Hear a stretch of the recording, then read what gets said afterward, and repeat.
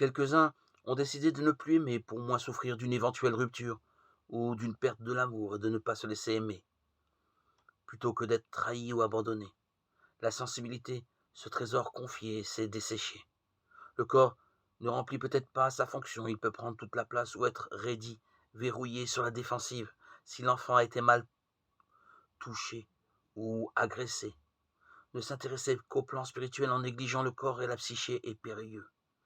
Il va être indispensable de retrouver l'unité du corps, de l'affectif, de la sensibilité, des émotions. S'ouvrir à l'esprit au Christ, ce n'est pas si aisé que cela à vivre. C'est un mouvement intérieur qui n'est pas difficile, mais qui va se heurter à la pierre qui ferme l'entrée, à des résistances qui viennent la plupart du temps du fait que nous n'avons pas vécu nos blessures de façon saine. Il ne faut aucunement s'inquiéter de ne pouvoir s'ouvrir d'emblée. C'est tout à fait normal. Nous vivons entourés et bardés de défenses. Celles-ci ne sont pas mauvaises, loin de là. Il est bon de se protéger.